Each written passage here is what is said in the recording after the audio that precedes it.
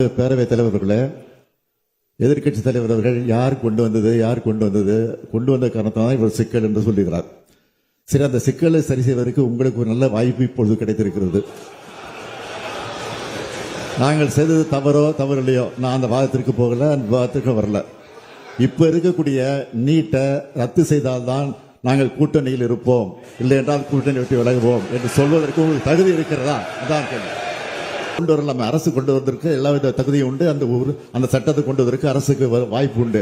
அதை நீங்க வலியுறுத்துவதற்கு தயாரா? அதுதான் என்னுடைய கேள்வி. வாக்குறுதி கொடுத்தது உண்மைதான், அதில் நாங்கள் எந்த விதமான மறுப்பும் சொல்லல. ஆனால் நாங்கள் எங்களுடைய கூட்டணி ஆட்சி அங்கு அமைந்திருந்தால் நிச்சயமாக தொடர்ந்து வருவோம்.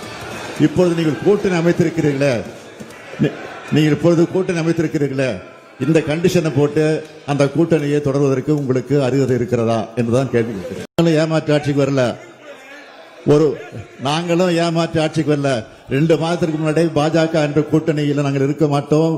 2026 மட்டும் இல்ல, 2031 நாங்கள் இருக்க மாட்டோம் என்று சொல்லிவிட்டு இப்போது கூட்டணி சேர்ந்திருக்கிறீர்களே, யாரை ஏமாற்றுவது நாடகம்? அதை சொல்லுங்க. நீங்க எப்ப பார்த்தாலும் திமுக காரரும் திமுக கூட்டணியில் அங்கம் வைக்கின்ற கட்சியெல்லாம் அண்ணா திமுக பாரதிய ஜனதா கட்சியோட கூட்டணி, அண்ணா திமுக பாரதிய ஜனதா கூட்டணி. எல்லா அறிக்கையும் கம்யூனிஸ்ட் கட்சி சேர்ந்த அறிக்கை விடுறாங்க, விடுதலை சிறுத்தை கட்சி சேர்ந்த அறிக்கை விடுறாங்க. இன்னைக்கு முதலமைச்சர் இப்படி துடிதுடிக்க பேசுறார். ஏங்க நாங்க கூட்டணி வச்சா நீங்க எங்க பதறீங்க? முதலமைச்சர் சட்டமன்றத்தில் ஏன் கோவப்படுறீங்க? நீங்க பயப்படுறீங்க? அண்ணா திமுக யாரோனாலும் கூட்டணி வைப்போம், அது எங்களுடைய விருப்பம், எங்களுடைய கட்சி. முதலமைச்சர் இப்படி ஆதங்கப்படுவது, இப்படி அதிர்ந்து போய் பேசுவது பார்க்கின்ற பொழுது பயம் வந்து விட்டது.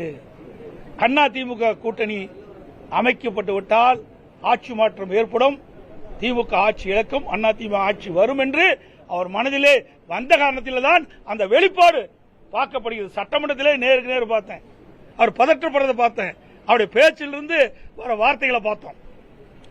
அண்ணா திமுகவை பொறுத்த வரைக்கும் திராவிட முன்னேற்ற கழகத்தை அகற்றப்பட வேண்டும் என்ற ஒத்த கருத்துடைய கட்சிகளெல்லாம் ஒன்றாக இணைத்து வாக்குகள் சிதறாமல் நாங்கள் கூட்டணி அமைப்போம்.